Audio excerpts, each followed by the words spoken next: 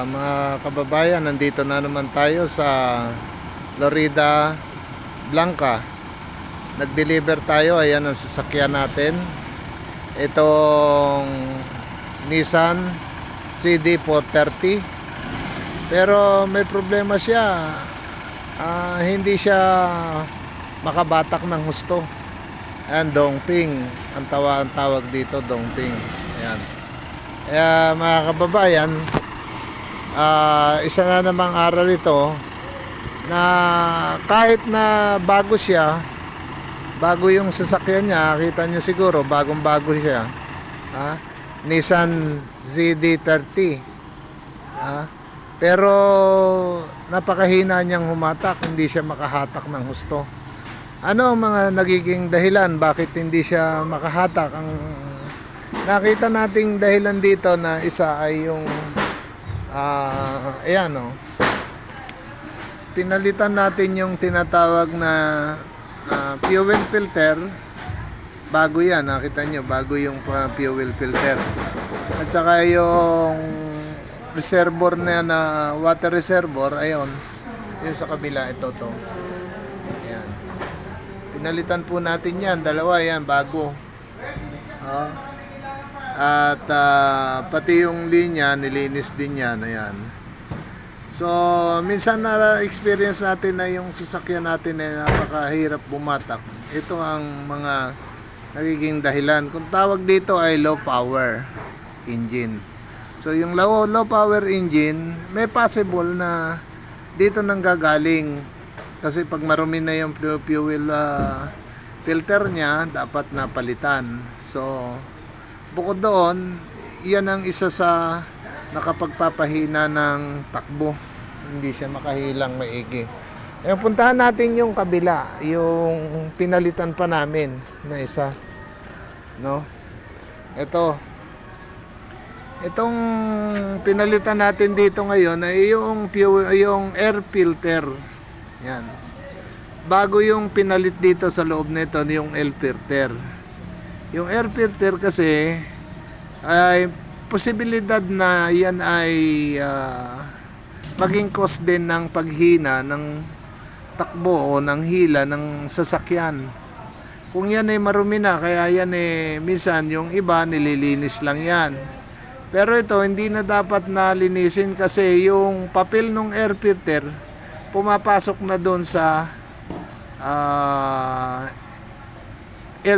air cleaner niya, yung salaan ng filter. Ito kasi yung pinakakabuuan ng filter niya. Ito, meron din siya rito na karugtong. Ayan, papansin nyo. Ito, yung karugtong nito. Ito yung salaan, may salaan yan. Makikita mo na pag binuksan mo yan, makikita mo na punong-puno siya ng papel.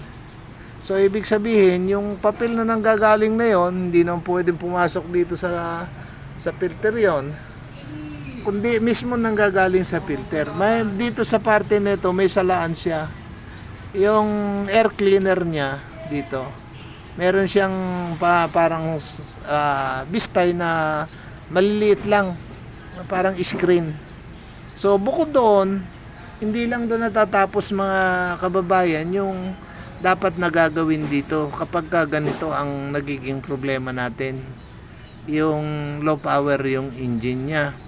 Ito na yung isa pa, ito yung sensor niya, ayan yung sensor niya mismo, ito yung sensor niya. Yung sensor niya na yan, kadalasan kasi dyan nagmamalfunction yan, hindi siya umaandar maigi, hindi siya gumagana. Ano mga dahilan? Pag binuksan mo ito, meron siyang dumi na kinakalawang at ito ay nababasa kasi ito nasa labas pansin ninyo, nasa labas siya. Ayan. Nababasa siya, nasa labas siya. Wala naman siyang takip na para magprotekta ng tubig. Kaya yung sensor diyan, kung tawagin to, yung sensor niya. Ayan. Ito. Yun yung sensor. Dapat yan, nililinis din yan. Tatanggalin mo yan, tapos yung pinaka-connector na connecting niya ng socket dito, nagko-connect yan, lilinisin. Ang pinalilinis din yung carburetor cleaner, ganyan. Pati yung filter niya rito, yung salaan niya. So yan ang isa sa mga nagiging cause ng low power engine. Hindi siya makahila, kaya kahit na wala siyang karga, hindi siya makabatak. Ngayon, kapag yung tatlong ito ay napalitan na ninyo, natapos nyo ng palitan, tulad nito, napalitan na lahat. So, ibiniyahe ko ngayon. Nung biniyahe ko, may karga kami 200 na sako na mga item. So, nakita ko wala pa rin siyang pwersa. So, ang magiging final na decision nito ay malalaman na dito sa tinatawag na isang problema, yung main problem ng sasakyan na karamihan sa mga ganitong sasakyan. Itong tinatawag na clutch. Napapansin nyo yan, yung clutch na yun, yung malaki yun. So, pinapalitan na yung lining yan, clutch lining. Dito sa kumpanya, ginagawa nila ay buong assembly yung kanilang ginagawa. Yung buong clutch lining at saka yung clutch na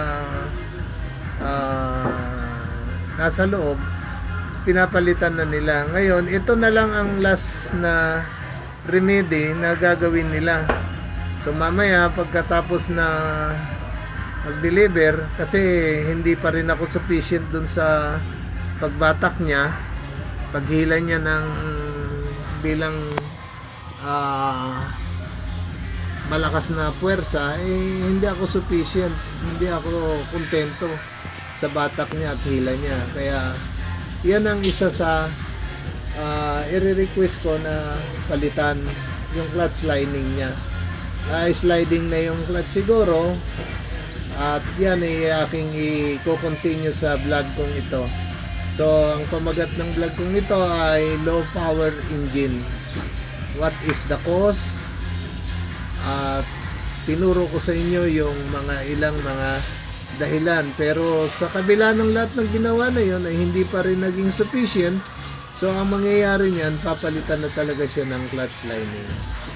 So diyan na malalaman kung talagang babalik yung dating lakas ng sasakyan. So hanggang dito na lamang mga kababayan yung aking vlog. Sana ay meron kayong matutunan dun sa mga driver na katulad ko. Pwede na ninyong umpisahan na i-trouble yung ganyan na sitwasyon. So salamat, at narito kami ngayon sa Florida na nag-deliver. So salamat sa lahat ng mga nanonood ng vlog ko na Diosdado Makati, at sa lahat sa mga nag-subscribe at saka nagla-like.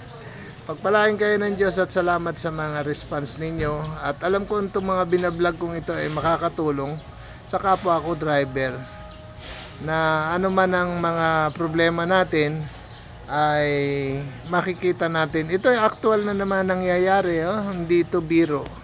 Ito ay actual na nangyayari at aking ibinablog para noon sa ganon ay meron kayong matutunan at malaman ninyo kung ano yung mga primary dahilan kung bakit ang makina o ang sasakyan natin ay naglo-low power.